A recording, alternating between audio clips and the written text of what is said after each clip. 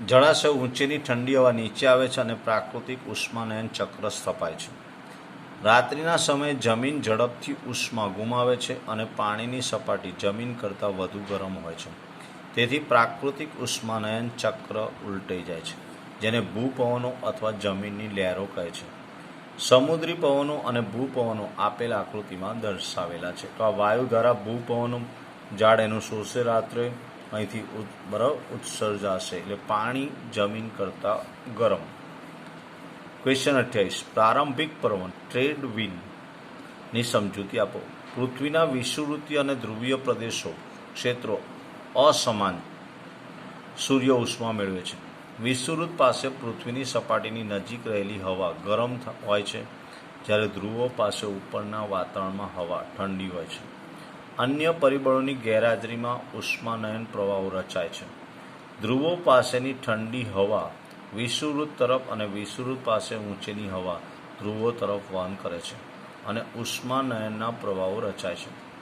પૃથ્વીના પરિભ્રમણને કારણે આ ઉષ્માનયન પ્રવાહોમાં ફેરફાર થાય છે, જેના કારણે વિષુવવૃત્તની નજીક પૂર્વ તરફ ગતિ કરતી હવાની ઝડપ 1600 કિલોમીટર પ્રતિ કલાક, જ્યારે ધ્રુવો પાસે તેની ઝડપ 0 હોય છે.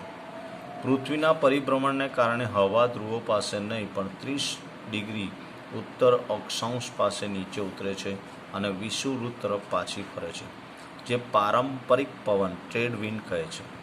ઉત્તર પૂર્વથી વિષુવવૃત્ત તરફ વહેતા પૃથ્વી પરના સ્થાયી પૃષ્ઠીય સમતલીય પવનોને પારંપરિક પવનો કહે છે. ઉષ્માનયન અને ઉષ્મા વહન વચ્ચે ભેદ સમજાવો. ઉષ્મા વહન, ઉષ્માનયન. ઘન પદાર્થોમાં આ રીતથી ઉષ્માનું પ્રસરણ થાય, તરલમાં આ રીતથી ઉષ્માનું પ્રસરણ થાય. ઉષ્મા વહનમાં પદાર્થના ઘટક કણો સ્વયં ગતિ કરતા નથી, પણ યાંત્રિક ઉર્જા સ્વરૂપે ઉષ્માનું પ્રસરણ થાય છે. આ રીતમાં પદાર્થના ઘટક કણો સ્વયં ઉર્જા મેળવી એક સ્થાનેથી બીજા સ્થાને ઉષ્મા ઉર્જા લઈ જાય છે અને ઉષ્માનું પ્રસરણ થાય છે. આ રીતમાં પદાર્થમાં કોઈ પ્રવાહો રચાતા નથી. આ રીતમાં ગરમ અને ઠંડા પ્રવાહો રચાય છે. આ રીતમાં ગુરુત્વાકર્ષણ બળની જરૂર નથી. આ રીતમાં ગુરુત્વાકર્ષણ બળની જરૂર પડે છે. ક્વેશ્ચન 30. ઉષ્મા વિકિરણ અને વિકિરણ ઉર્જા સમજાવો. તે અંગેનો પૃષ્ઠવાદ સમજાવો. દરેક પદાર્થ પોતાના તાપમાન અનુસાર અમુક ચોક્કસ આવૃત્તિઓવાળા વિદ્યુત ચુંબકીય વિકિરણો તરંગોનું ઉત્સર્જન કરે છે. આ વિકિરણને ઉષ્મીય વિકિરણ કહેવાય. ગરમ લાલચોળ લોખંડના સળિયામાંથી અથવા વિદ્યુત ગોળાના ફિલામેન્ટમાંથી ઉત્સર્જાતા વિકિરણો ઉષ્મીય વિકિરણો છે. બધા જ વિદ્યુત ચુંબકીય વિકિરણો ઉષ્મીય વિકિરણ હોવા જરૂરી નથી. વિદ્યુત ચુંબકીય તરંગોના વિદ્યુત ક્ષેત્રો અને ચુંબકીય ક્ષેત્રના દોલનો અવકાશમાં સમય સાથે થતા હોય છે. કોઈ પણ તરંગની માફક વિદ્યુત ચુંબકીય તરંગો જુદી જુદી તરંગ લંબાઈ ધરાવે છે અને શૂન્યાવકાશમાં 3×10⁸ મીટર પર સેકન્ડની ઝડપથી ગતિ કરે છે. ઉષ્માનું પ્રસરણ વિકિરણ રૂપે થાય છે, ત્યારે ઉષ્માના પ્રસરણ માટે માધ્યમની જરૂર નથી. વિદ્યુત ચુંબકીય વિકિરણ દ્વારા ઉત્સર્જિત ઉર્જાને વિકિરણ ઉર્જા રેડિયન્ટ એનર્જી કહે છે. પ્રિવોસ્ટવાદ. પ્રિવોસ્ટ નામના વૈજ્ઞાનિકે આપેલ વાદ મુજબ દરેક પદાર્થ કોઈ પણ તાપમાને ઉષ્મીય વિકિરણનું ઉત્સર્જન કરતો જ હોય છે અને તાપમાન વધવા સાથે ઉષ્મીય વિકિરણના ઉત્સર્જનનો દર પણ વધે છે. સાથોસાથ કોઈ પણ પદાર્થ બીજા પદાર્થો દ્વારા ઉત્સર્જિત વિકિરણનું શોષણ કરતો પણ હોય છે. તેથી શોષણ અને ઉત્સર્જનની પ્રક્રિયા એક સાથે થાય છે. જો કોઈ પદાર્થમાં શોષાતા ઉષ્મીય વિકિરણનો દર ઉત્સર્જાતા વિકિરણના દરથી વધુ હોય તો પદાર્થ તાપમાનમાં વધારો થાય અને ઓછો હોય તો પદાર્થના તાપમાનમાં ઘટાડો થાય. જ્યારે ઉષ્મીય વિકિરણો બીજા પદાર્થ પર આપાત થાય છે ત્યારે તેનું આંશિક પરાવર્તન, આંશિક શોષણ થાય છે. વિકિરણ દ્વારા પદાર્થના ઉષ્માના જે જથ્થાનું શોષણ કરે તે પદાર્થના રંગ પર આધાર રાખે છે. નોંધ: આછા હલકા રંગના પદાર્થ કરતાં કાળા રંગના પદાર્થો વિકિરણ ઉર્જાનું શોષણ કરે અને ઉત્સર્જન વધુ સારી રીતે કરે છે. ઉનાળામાં સફેદ અથવા આછા હલકા રંગના કપડાં સૂર્યની ઓછી ઉષ્માનું શોષણ કરે અને વધારે ઉષ્માનું પરાવર્તન કરે, તેથી આપણને ગરમી ઓછી લાગે. શિયાળામાં ઘેરા રંગના કપડાં પહેરીએ છીએ જેથી સૂર્યની વધુ ઉષ્માનું શોષણ કરીને આપણા શરીરને હૂંફાળું રાખે. ખોરાક રાંધવાના વાસણોના તળિયા કાળા રંગના રાખવામાં આવે છે જેથી તે ગેસના સ્ટવ પર અગ્નિમાંથી મહત્તમ ઉષ્માનું શોષણ કરી વાસણમાં રાખેલા ખોરાક શાકભાજીને વધુ ઉષ્મા ઝડપથી આપે અને ખોરાક જલ્દીથી રંધાય. ચલો ક્વેશ્ચન 31. બે દિવાલવાળો ફ્લાસ્ક અથવા થર્મોસ બોટલ પર ટૂંકનોંધ લખો. બે દિવાલવાળો ફ્લાસ્ક અથવા થર્મોસ બોટલ એક એવી રચના છે કે જે બોટલમાં ભરેલી વસ્તુ અને બહારના પરિસર વચ્ચે ઉષ્માનો વિનિમય લઘુત્તમ કરતી કાચની બે દિવાલોનું વાળું નળાકાર પાત્ર છે. આ પાત્રની અંદર અને બહારની દિવાલો પર ચાંદીનો ઢોળ ચડાવેલ હોય છે અને અંદરની દિવાલ વડે વિકિરણ પરાવર્તન પામી બોટલમાં રહેલ વસ્તુમાં પાછું ફરે છે. બોટલમાં બહારથી આવતા વિકિરણો બહારની ચાંદીની ઢોળાવવાળી દિવાલ પરથી પરાવર્તિત થાય છે. આ બે દિવાલોની વચ્ચેની જગ્યા શૂન્યાવકાશિત કરીને ઉષ્મા વહન અને ઉષ્માનયન દ્વારા થતા ઉષ્માનો વ્યય ઘટાડવામાં આવે છે. આ ફ્લાસ્ક અથવા થર્મોસ શીશીને ઉષ્માના અવાહક એવા બુચથી હવાચુસ્ત બંધ રાખવામાં આવે છે. આ સાધનમાં રાખેલ ગરમ વસ્તુ અમુક સમય સુધી ગરમ રહે છે અને ઠંડી વસ્તુ અમુક સુધી ઠંડુ રહે છે. નોંધ: સંપૂર્ણ કાળો પદાર્થ. જે પદાર્થ પોતા પર આપાત થતી બધી જ વિકિરણ ઉર્જાનું શોષણ કરે તો તેને સંપૂર્ણ કાળો પદાર્થ કહે છે. દીવાની મેષને કાળો પદાર્થ ગણાય છે. સૂર્યને કાળો પદાર્થ ગણાય છે. સંપૂર્ણ કાળા પદાર્થ માટે શોષકતા E=1, ઉત્સર્જકતા E=1. કેવિટી વિકિરણ. અંદરના ભાગમાં પોલાણ ધરાવતા કાણાવાળા પાત્રને બહારથી સમાન રીતે ગરમ કરતા કાણામાંથી જે વિકિરણ બહાર આવે તેને સંપૂર્ણ કાળા પદાર્થમાંથી ઉત્સર્જિત વિકિરણ અથવા કેવિટી વિકિરણ કહે છે. વિનનો સ્થળાંતરનો નિયમ લખો અને સમજાવો. જવાબ: કોઈ પણ તાપમાને થતા ઉષ્મીય વિકિરણ કોઈ એક અથવા થોડી ઘણી તરંગલંબાઈઓ નહીં પણ નાનીથી મોટી તરંગલંબાઈ ધરાવતો સળંગ વર્ણપટ ધરાવે છે. જો વિકિરણ ઉર્જા જુદી જુદી તરંગલંબાઈઓ માટે બદલાય છે. અહીંયા વિકિરણ ઉર્જા વિરુદ્ધ તરંગલંબાઈનો આલેખ દોર્યો છે. કાળા પદાર્થ દ્વારા એકમ ક્ષેત્રફળ દીઠ અને એકમ તરંગલંબાઈ દીઠ ઉત્સર્જિત વિકિરણ ઉર્જા વિરુદ્ધ જુદા જુદા તાપમાને તરંગલંબાઈના પ્રાયોગિક મૂલ્યોનો આલેખ દર્શાવ્યો છે. અહીં મળતા વક્રોને કાળા પદાર્થના ઉર્જા વિતરણ વક્રો કહે છે. આલેખ પરથી જોઈ શકાય છે કે મહત્તમ ઉર્જા માટે તરંગલંબાઈ λmનું મૂલ્ય તાપમાન વધે તેમ ઘટે છે. λm અને નિરપેક્ષ તાપમાન T વચ્ચેનો સંબંધ વિન સ્થળાંતરના નિયમ તરીકે જાણીતો છે, જે નીચે મુજબ છે. કોઈપણ પદાર્થની સપાટી પરથી ઉત્સર્જિત વિકિરણમાં તરંગલંબાઈ λm એ ઉત્સર્જિત સપાટીના નિરપેક્ષ તાપમાનના વ્યસ્ત પ્રમાણમાં હોય છે. અર્થાત λm ચલે છે 1/T. માટે λm×T = અચળ. સમીકરણ 1. આ નિયમ સમજાવે છે કે લોખંડના ટુકડાને ગરમ જ્યોતમાં તપાવતા તેનો રંગ પ્રથમ આછો લાલ થાય છે, પછી લાલાશ પડતો પીળો અને છેલ્લે સફેદ થાય છે. ચંદ્ર, સૂર્ય અને બીજા તારા જેવા અવકાશી પદાર્થોની સપાટીના તાપમાનનો અંદાજ કાઢવા માટે વિનનો નિયમ ઉપયોગી છે. વિન અચળાંકનું મૂલ્ય 2.9 × 10⁻³ મીટર કેલ્વિન છે. તેનું પારિમાણિક સૂત્ર m0 L1 T0 A0 K1 છે. કાળા પદાર્થના વિકિરણ વક્રોનું અર્થપૂર્ણ લક્ષણ છે કે વક્રો સાર્વત્રિક છે અને તે ફક્ત તાપમાન પર આધાર રાખે છે, પણ પરિમાણ, આકાર અથવા કાળા પદાર્થના દ્રવ્ય પર આધારિત નથી. ક્વેશ્ચન 33. સ્ટીફન બોલ્ટ્ઝમેનનો નિયમ લખીને સમજાવો. જવાબ: ખૂબ જ મોટા અંતરો સુધી માધ્યમની ગેરહાજરીમાં ઉર્જાનું સ્થાનાંતર વિકિરણ દ્વારા કરી શકાય છે. T નિરપેક્ષ તાપમાને રહેલા પદાર્થમાંથી ઉત્સર્જિત વિદ્યુત ચુંબકીય કુલ ઉર્જાનું તેના પરિમાણ, તેની ઉત્સર્જન ક્ષમતા, ઉત્સર્જકતા અને તાપમાન સૌથી મહત્વનું પર આધારિત છે. કોઈપણ સપાટીમાંથી એકમ ક્ષેત્રફળ દીઠ એકમ સમયમાં ઉત્સર્જાતી ઉર્જા કુલ ઉત્સર્જન પાવર નિરપેક્ષ તાપમાનના ચતુર્થઘાતના સમપ્રમાણમાં હોય છે. સંપૂર્ણ ઉત્સર્જક માટે એકમ સમયમાં h બરાબર a સિગ્મા T⁴ સમીકરણ 1. સંપૂર્ણ ઉત્સર્જન માટે E બરાબર 1. અહીં A બરાબર આડછેદનું ક્ષેત્રફળ, T પદાર્થનું નિરપેક્ષ તાપમાન, સિગ્મા સ્ટીફન બોલ્ટ્ઝમેન અચળાંક. સિગ્માનું SI મૂલ્ય 5.67 × 10⁻⁸ વોટ પર મીટર સ્ક્વેર કેલ્વિન⁴ છે. તેનું પારિમાણિક સૂત્ર 10 304 વ્યાપક સ્વરૂપ m1L0 T-3A0 K-4. વ્યાપક સ્વરૂપે સૂત્ર H બરાબર AE સિગ્મા T⁴ સમીકરણ 2, જ્યાં E બરાબર ઉત્સર્જકતા. જો T તાપમાનવાળો પદાર્થ TS તાપમાનવાળા પરિસરમાં મૂક્યો હોય, જ્યાં T > TS, તો T તાપમાનવાળા પદાર્થના વિકિરણ ઉર્જા ગુમાવવાનો ચોખ્ખો દર H બરાબર E sigma A T⁴ TS⁴ સમીકરણ 3. ઉત્સર્જકતા E બરાબર પદાર્થની સપાટીનો કુલ ઉત્સર્જન પાવર છેદમાં કાળા પદાર્થની સપાટીનો કુલ ઉત્સર્જન પાવર MEC/VC કહેવાય.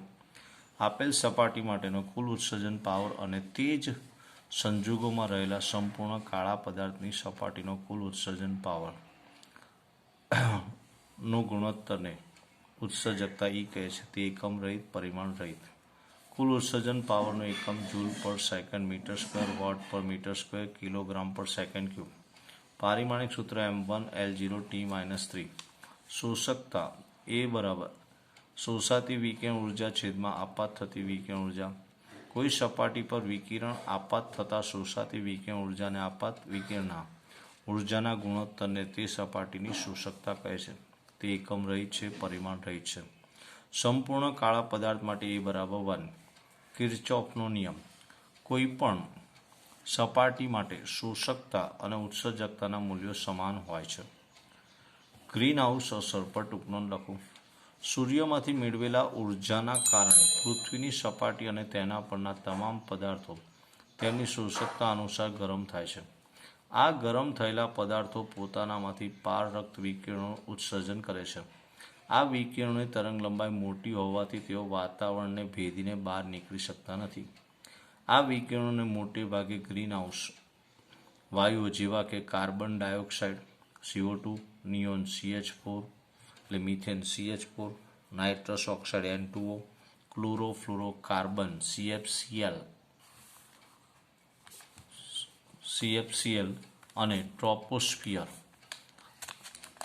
ઓઝોન O3 વડે શોષાય છે અને ગરમ થાય છે. આ ગરમ થયેલા ગ્રીનહાઉસ વાયુઓ ફરીથી પારરક્ત વિકિરણનું ઉત્સર્જન કરે છે અને પૃથ્વીને વધુ ઉર્જા આપે છે. પરિણામે પૃથ્વીની સપાટી હૂંફાળી રહે છે અને તાપમાન અચળ જળવાઈ રહે છે. આના કારણે સપાટીના વિકિરણની તીવ્રતા વધે છે. આ પ્રક્રિયાનું ચક્ર શોષણ માટે વિકિરણ ન મળે ત્યાં સુધી ચાલુ રહે છે. અંતિમ પરિણામ સ્વરૂપ પૃથ્વીની સપાટી અને વાતાવરણ ગરમ થાય છે, જેને ગ્રીનહાઉસ અસર કહે છે.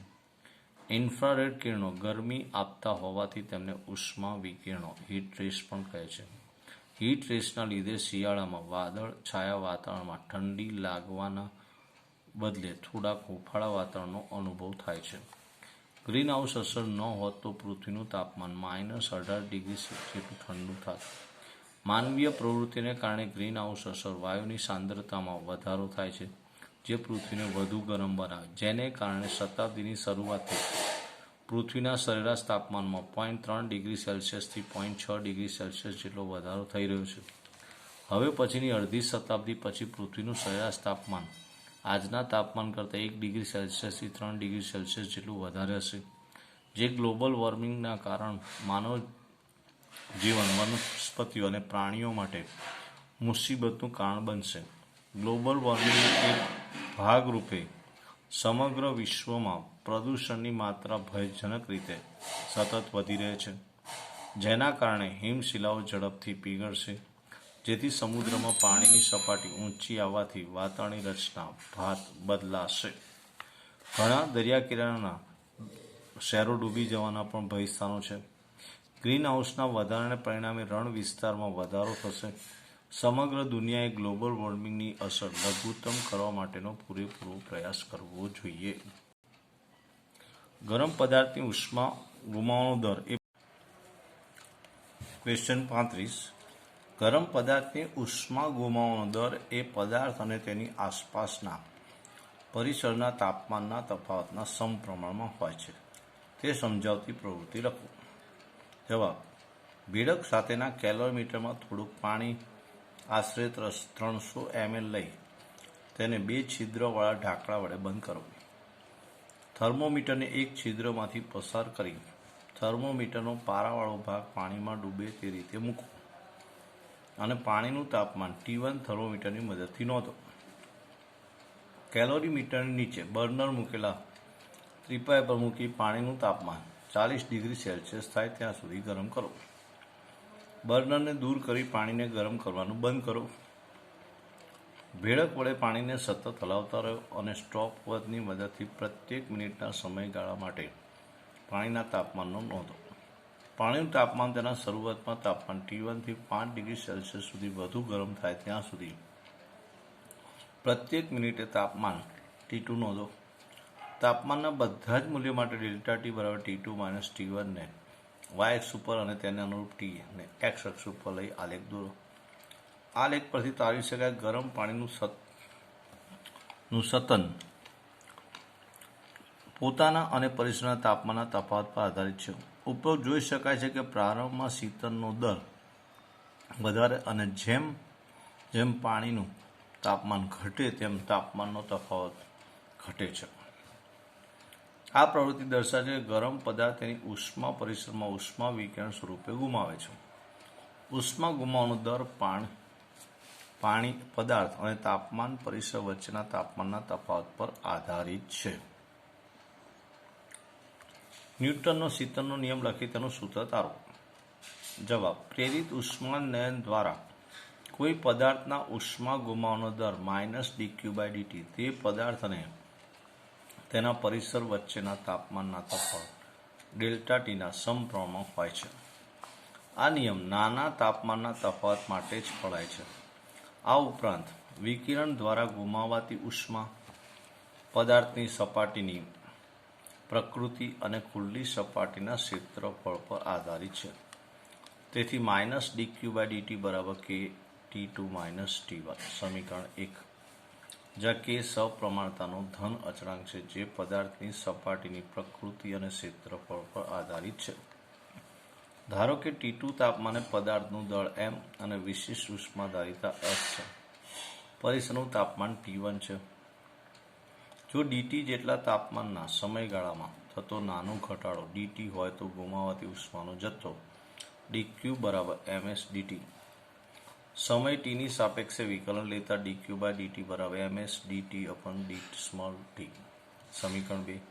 સમીકરણ 1 અને સમીકરણ 2 થી -ms dt upon dt બરાબર kT2 - T1 માટે dt છેદમાં આ T2 - T1 - k ms dt. dt upon T2 - T1 બરાબર -k dt, જ્યાં k બરાબર K છેદમાં ms. અહીં k બરાબર સપ્રમાણતા અચળાંક માત્ર છે. સમીકરણ 3 નું સંકલન લેતા સંકલન dt upon T2 - T1 બરાબર સંકલન k dt. આ સંકલન ln બેઝી T2 - T1 બરાબર -kt plus c માટે T2 - T1 બરાબર e raised to -kt plus e raised to c અહીં આપણે લખી શકાશે. T2 - T1 c dash e raised to -kt, જ્યાં c dash એટલે e raised to c માટે T2 બરાબર T1 plus c dash e raised to -kt. આ સમીકરણની મદદથી તાપમાનનો ચોક્કસ વિસ્તાર માટે પદાર્થના શીતનના સમયની ગણતરી કરી શકાય છે. જો વિકિરણ દ્વારા ગુમાવતી ઉષ્માનો જથ્થો ખૂબ નાનો હોય તો આ નિયમ તાપમાનના મોટા મૂલ્યના તફાવત માટે પણ સાચો છે. પદાર્થ પ્રેરિત ઉષ્માનયન દ્વારા ઠંડી પડતી હોય ત્યારે જ આ નિયમ લાગુ પડે છે. ન્યૂટનના નિયમની ચકાસણી દર્શાવતો પ્રયોગ વર્ણવો. જવાબ: ન્યૂટનના શીતનના નિયમની ચકાસણી કરવાની પ્રાયોગિક ગોઠવણીમાં બે દિવાલ ધરાવતા પાત્રની બે દિવાલોની વચ્ચે પાણી ભરેલું હોય છે.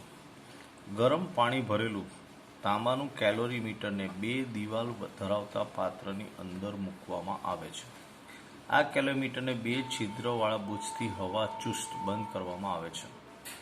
બુચના 2 છિદ્રોમાં 2 થર્મોમીટર મૂકેલા હોય છે, જેમાંનું એક થર્મોમીટર કેલોરીમીટરમાં રહેલા પાણીનું તાપમાન T2 અને બીજું થર્મોમીટર 2 દિવાલોની વચ્ચે રહેલા ગરમ પાણીનું તાપમાન T1 નોંધે છે. કેલોમીટરમાં રહેલા ગરમ પાણીનું તાપમાન સમયના સમયગાળા માટે નોંધવામાં આવે છે. એલએન બેઝી T2 - T1 વિરુદ્ધ સમયનો આલેખ દોરવામાં આવે છે. આકૃતિ બીમાં દર્શાવ્યા મુજબ ઋણ ઢાળ ધરાવતી સુરેખા છે, જે y - mx + c જેવો છે. તે LN બેઝી T2 - T1 - KT + c સાથે સામ્યતા ધરાવે છે. 11મું ચેપ્ટર પૂરું.